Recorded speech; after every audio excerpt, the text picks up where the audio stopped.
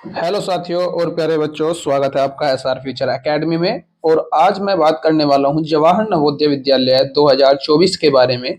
इसमें हमारे कुछ बिंदुओं पर हम डिस्कस करेंगे। जैसे लास्ट टाइम में हम तैयारी कैसे करें, आपको सबसे महत्वपूर्ण जानकारी बता दूं कि कल इसके एडमिट कार्ड आ चुके हैं जवाहर नवोदय विद्यालय। हम क्लास 6 की बात कर रहे हैं बच्चों, ये क्लास 6 की बात हो रही है। तो क्लास 6 के एडमिट कार्ड जारी कर दिए गए हैं। साथ ही बात करेंगे हम एग्जाम डेट के बारे में, रिजल्ट कब तक आ जाएगा। और अब इस टाइम में जब आपका पेपर जल्द ही आने वाला है, प्रैक्टिस कैसे करें, और साथ ही साथ बता दें कि कितना अंक स्कोर करें कि हमारा जो सिलेक्शन है वो सिक्योर हो जाए, और कम से कम कितने नंबर लाने होंगे।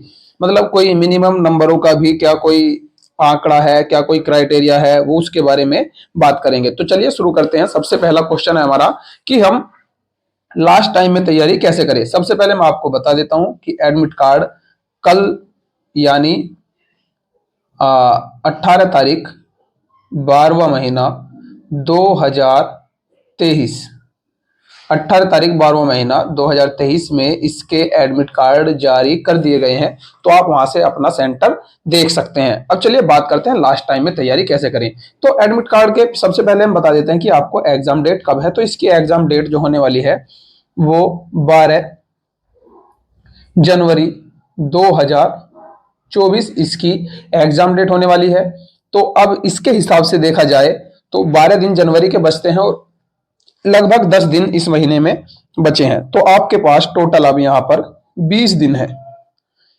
टोटल आपके पास यहां पर 20 दिन है। तो आपको 20 दिन में तैयारी कैसे करनी है उसके बारे में ठीक से बात करेंगे। तो वीडियो को लास्ट तक देखें, बिल्कुल भी स्किप ना करें। और साथ ही साथ अगर हमारे चैनल पर नए हो तो अपनी तैयारी को मजबूत बनाने के लिए हमारे चैनल को सब्सक्राइब करें और बेल आइकन को दबा दें। देखिए लास्ट टाइम में तैयारी कैसे करनी है। तो कोई भी बच्चा अगर तैयारी कर रहा है तो अब कुछ भी नया पढ़ने का ज्यादा टाइम हमारे पास नहीं बचता है। तो अगर आप तैयारी कर रहे होंगे तो आपकी तैयारी अब तक कंप्लीट हो चुकी होगी, सिलेबस पूरा हो चुका होगा और कोर्स जो है आपका वो पूरा हो चुका होगा। तो इसमें तीन हमारे जो पार्ट होते हैं वो आते हैं, जिसमें से हमारे पार्ट हैं हमारा 40 नंबर का जो है हमारा अ, अ, जो हमारे 40 क्वेश्चन होते हैं वो होते हैं रीजनिंग के, 20 क्वेश्चन मैथ के होते हैं और 20 क्वेश्चन होते हैं हमारे हिंदी के। ये टोटल मिलाकर हमारे 100 नंबर के होते हैं। ये 50 नंबर की होगी। और ये हमारे सॉरी ये 40 क्वेश्चन, एक क्वेश्चन 1.25 नंबर का है, एक क्वेश्चन होगा 1.25 नंबर का। तो हमारे पास 40 क्वेश्चन है। जब इसकी हम 4 में गुना करते हैं तो ये हमारा 50 नंबर आ जाएगा। ठीक है। उसके बाद हमारा 20 क्वेश्चन मैथ के आएंगे और 20 क्वेश्चन हिंदी के आएंगे। इसमें ये हमारा इस तरह से हो जाएगा। 80 क्वेश्चन का पेपर होगा। 80 क्वेश्चन 100 नंबर के होंगे 1.25 के हिसाब से। ठीक है। तो यहां पर हमें अब तैयारी कैसे करनी है उसके बारे में थोड़ी बात कर लेते हैं। तो देखिए सबसे पहले हमें अब अपनी तैयारी को मजबूत करने के लिए डेली जो भी हमने किया है उसका बेहद रिवीजन करें। तो सबसे महत्वपूर्ण है आपका रिवीजन। तो आप हर दिन, कोई भी दिन आपका खाली नहीं जाना चाहिए, हर दिन आप रिवीजन करेंगे। रिवीजन से आपकी जो तैयारी है वो सही ढंग से मजबूत हो जाएगी। तो आप एक भी दिन रिवीजन का वेस्ट नहीं करेंगे। साथ ही साथ जो आपके ऐसे टॉपिक हैं जो ज्यादा आते हैं एग्जाम में, रीजनिंग बच्चों सभी करते हैं तो रीजनिंग में अमूमन किसी को कोई दिक्कत नहीं होती। हिंदी में आपको कुछ शब्द होते हैं जैसे विलोम शब्द, विलोम शब्द होते हैं, पर्यायवाची होते हैं। ठीक है। विलोम शब्द, पर्यायवाची और जो समानार्थी शब्द होते हैं वो सब आते हैं। समानार्थी मतलब विलोम शब्द ही होते हैं। ठीक है। तो ये आपको याद करना है क्योंकि हमारे पास वहां पर 4 पैराग्राफ होंगे। 4 पैराग्राफ में कम से कम 5 से 6 क्वेश्चन इनके होंगे, विलोम शब्द, पर्यायवाची और जो हमारे अपोजिट शब्द होते हैं, समानार्थी शब्द होते हैं, वो सब यहीं से आने वाले हैं। ठीक है। कुछ शब्दों का उच्चारण भी आ जाता है, जैसे इसका मतलब क्या होगा, इस तरह से आपको ये 5 क्वेश्चन बहुत महत्वपूर्ण है, क्योंकि अमूमन 20 में से सभी बच्चे 15, 14, 16 क्वेश्चन कर लेते हैं। तो अगर आप 20 में से 19 या 18 करते हो तो बहुत अच्छी बात है, उसके लिए आपको ये अच्छे से पढ़ने होंगे।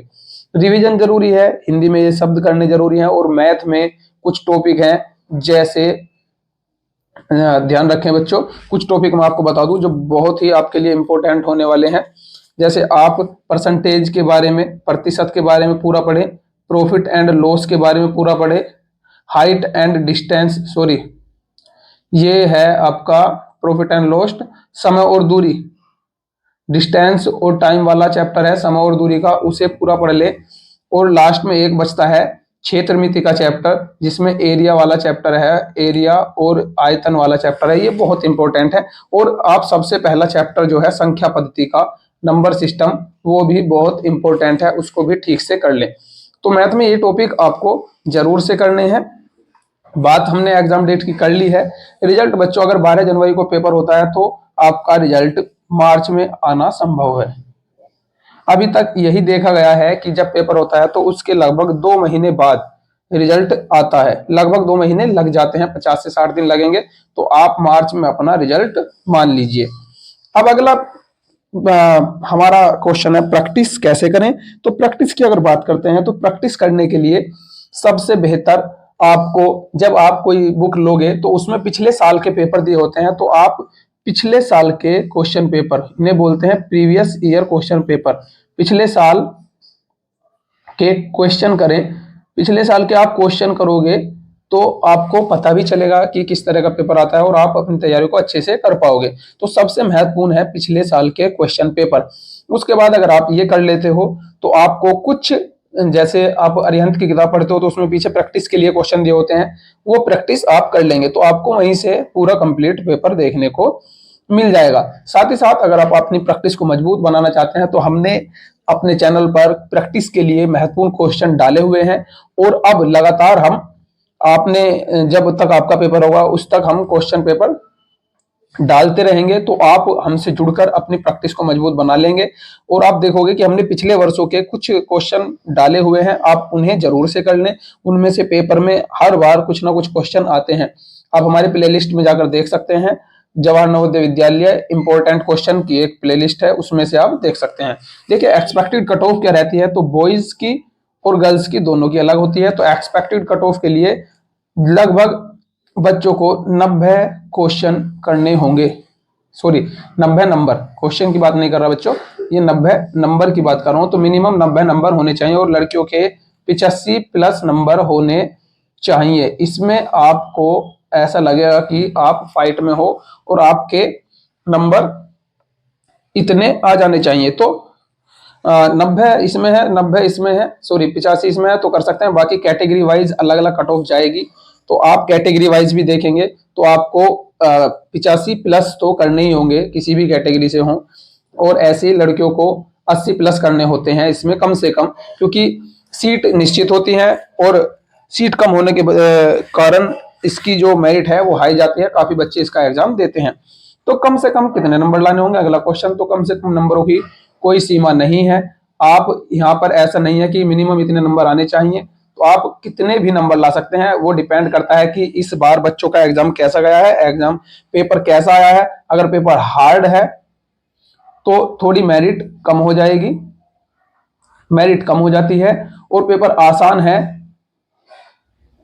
तो मेरिट जो है वो थोड़ी ज्यादा चली जाती है, मेरिट ज्यादा चली जाती है। तो ये पेपर के ऊपर भी डिपेंड करेगा, और फिर बच्चों के ऊपर डिपेंड करता है कि कितने कितने बच्चे एग्जाम दे रहे हैं, कितना कंपटीशन है, वहां से उसका अंदाजा लगाना मुश्किल है। तो कम नंबरों की कोई इसमें बाध्यता नहीं है, कितने भी नंबर आ सकते हैं, ठीक है। उम्मीद है आपको जानकारी पसंद आई होगी। अगर हमारे चैनल पर नए हैं तो चैनल को सब्सक्राइब करना ना भूलें।